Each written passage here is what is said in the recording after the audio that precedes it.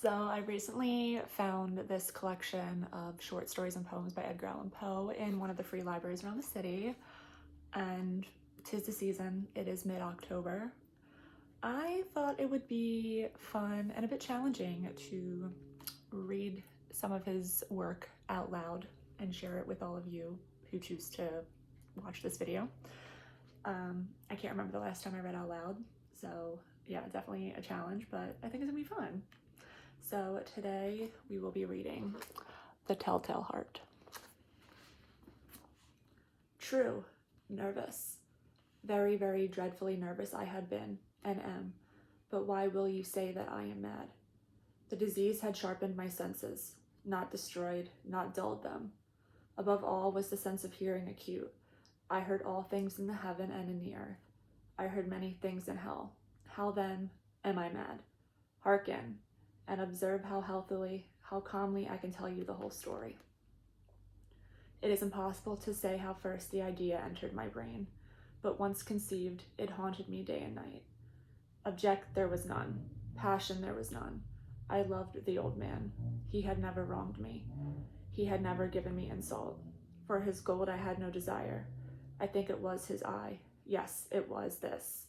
One of his eyes resembled that of a vulture, a pale blue eye, with a film over it. Whenever it fell upon me, my blood ran cold. And so by degrees, very gradually, I made up my mind to take the life of the old man, and thus rid myself of the eye forever. Now this is the point. You fancy me mad. Madmen know nothing. But you should have seen me.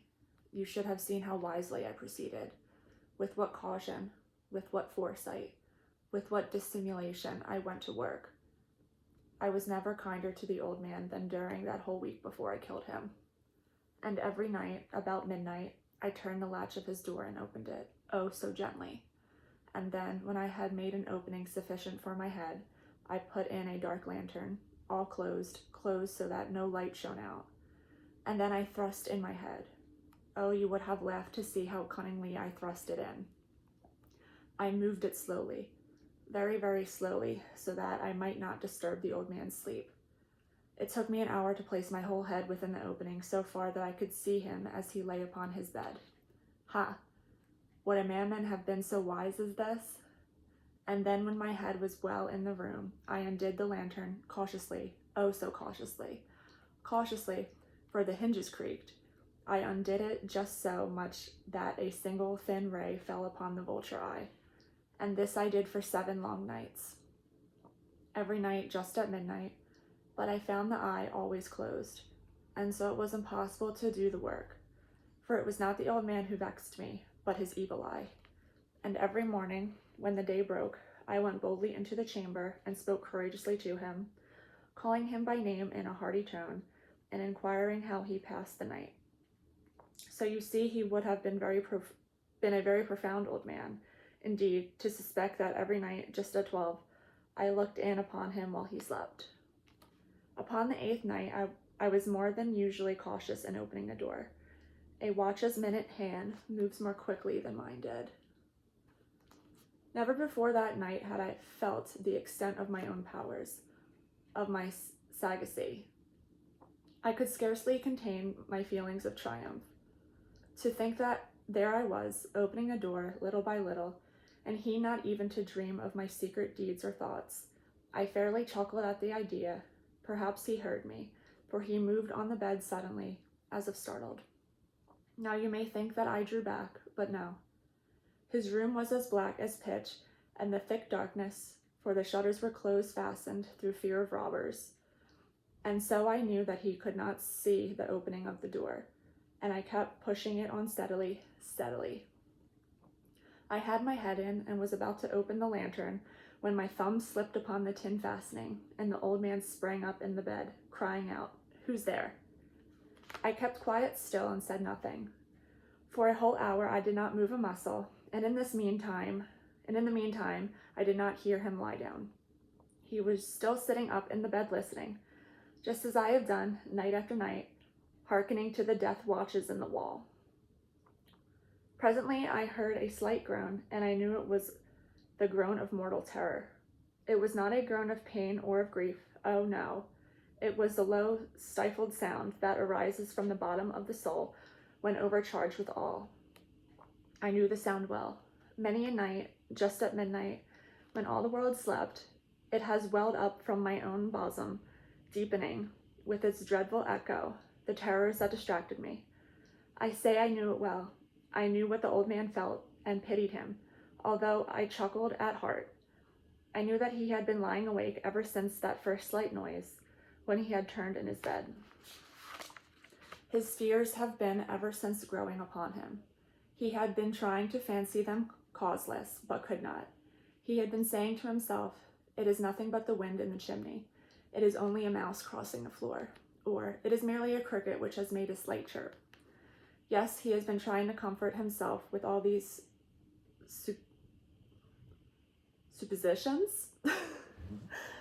suppositions, but he had found all in vain, because death, in approaching him, had stalked with his black shadow before him and enveloped the victim. And it was the mournful influence of the unperceived shadow that caused him to feel, although he never saw nor heard, to feel the presence of my head within the room. When I had waited a long time, very patiently, without hearing him lie down, I resolved to open a little, very little crevice in the lantern. So I opened it. You cannot imagine how stealthily, until at length a single dim ray, like the thread of a spider, shot out from the crevice and full upon the vulture eye. It was open, wide open, and I grew furious as I gazed upon it. I saw it with perfect distinctness, all a dull blue, with a hideous veil over it that chilled the very marrow in my bones. But I could see nothing else of the old man's face or person, for I had directed the ray, as if by instinct, precisely upon that damned spot. And now I have not told you that what you mistake for madness is but over-acuteness of the senses. Now, I say, there came to my ears a low, dull, quick sound, such as a watch makes when enveloped in cotton. I knew that sound too well. It was the beating of the old man's heart. It increased my fury, as the beating of a drum stimulates a soldier into courage. But even yet I refrained and kept still. I scarcely breathed. I held the lantern motionless. I tried how steadily I could maintain the ray upon the eye.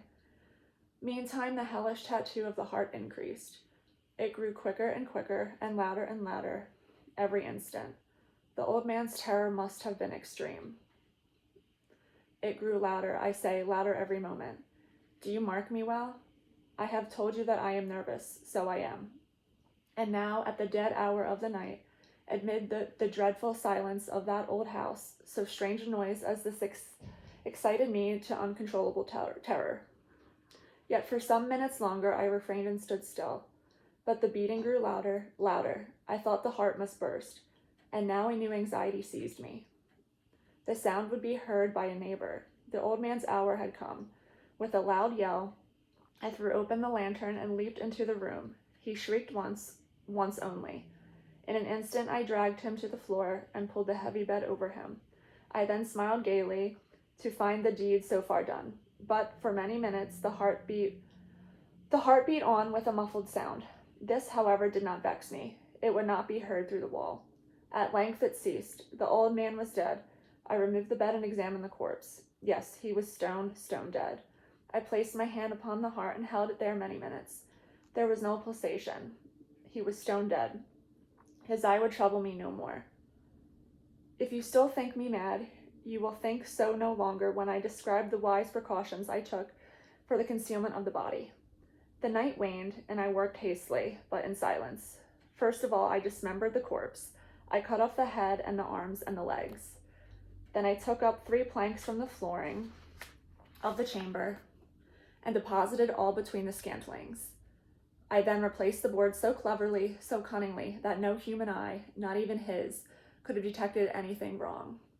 There was nothing to wash out, no stain of any kind, no blood spot whatever. I had been too wary for that. A tub had caught all. Ha ha. When I had made an end of these labors, it was 4 o'clock, still dark as midnight. And the bell sounded the hour. There came a knocking at the street door. I went down to open it with a light heart, for what had I now to fear? There entered 3 men who introduced themselves with perfect suavity as officers of the police. A shriek had been heard by a neighbor during the night. Suspicion of foul play had been aroused. Information had been lodged at the police office, and they, the officers, had been deputed to search the premises. I smiled, for what had I to fear? I bade the gentleman welcome. The shriek, I said, was my own in a dream. The old man, I mentioned, was absent in the country. I took my visitors all over the house. I bade them search well. I led them at length to his chamber. I showed them his treasures, secure, undisturbed. In the enthusiasm of my confidence, I brought chairs into the room and desired them here to rest from their fatigues, while I myself, in the wild audacity of my perfect triumph, placed my own seat upon the very spot beneath which reposed the corpse of the victim. The officers were satisfied. My manner had convinced them. I was singularly at ease. They sat, and while I answered cheerily, they chatted familiar things. But ere long, I felt myself getting pale and wished them gone. My head ached, and I fancied a ringing in my ears. But still they sat and still chatted. The ringing became more distinct. It continued and became more distinct. The ringing became more distinct. It continued and became more distinct. I talked more freely to get rid of the feeling, but it continued and gained definitiveness, until at length I found that the noise was not within my ears. No doubt I now grew very pale, but I talked more fluently and with a heightened voice. Yet the sound increased, and what could I do? It was a low, dull, quick sound, much such a sound as a watch makes when enveloped in cotton. I gasped for breath, and yet the officers heard it not. I talked more quickly, more vehemently, but the noise steadily increased. I rose and argued about trifles in the high key and with violent gesticulations, but the noise steadily increased. Why would they not be gone? I paced the floor to and fro with heavy strides, as if excited to fury by the observation of the men, but the noise steadily increased. Oh God, what could I do? I foamed, I raved, I swore. I swung the chair upon which I had been sitting and grated it upon the boards, but the noise arose over all and continually increased. It grew louder, louder, louder, and still the men chatted pleasantly and smiled. Was it possible they heard not? Almighty God, no, they heard. They suspected, they knew. They were making a mockery of my horror. This I thought, and this I think. But anything was better than this agony. Anything was more tolerable than this derision. I could bear those hypocritical smiles no longer. I felt that I must scream or die. And now, again, hark, louder, louder, louder. Villains, I shrieked, dissemble no more. I admit the deed. Tear up the planks. Hear, hear. It is the beating of his hideous heart. And that's it. God. First time reading it loud. That felt like a lot, even though it was only 7 pages. But yeah, thank you for joining me.